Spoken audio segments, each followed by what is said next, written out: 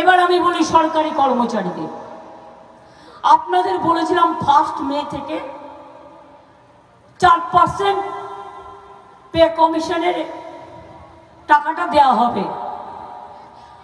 1 মে মানে অ্যাকচুয়ালি টাকাটা আপনারা হাতে পাবেন 1 জুন, তাই তো? অঙ্কে তাই বলে, কিন্তু আমি তো আপনাদের দিদি হই, তাই আমি কি করলাম, আমি স্টেট আলোচনা করে আমরা এটাই ঠিক করলাম, এটা তো অলরেডি বাজেটে বলা আছে, আমরা 1 মে থেকে টাকাটা দেবো না, আমরা 1 এপ্রিল থেকে দেবো। তাহলে আপনি যখন 1 জুনে গিয়ে টাকাটা পাবেন, তখন আপনি ওই এপ্রিলের মাইনের সাথে ওই যে টাকাটা বাড়তি সেটা আপনি পেয়ে যাবেন। অর্থাৎ 1 মেতে আপনি মাইনে পাবেন 4% দিয়ে বেশি, সেটা 1 মে থেকে পেতেন, এটা কাউন্ট হবে 1 এপ্রিল থেকে। কি খুশি কি খুশি না? খুশি কি খুশি না?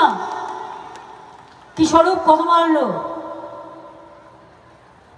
1 মাসে তাহলে বেশি বাড়তি হলে কত হলো? অনেক বাড়লো।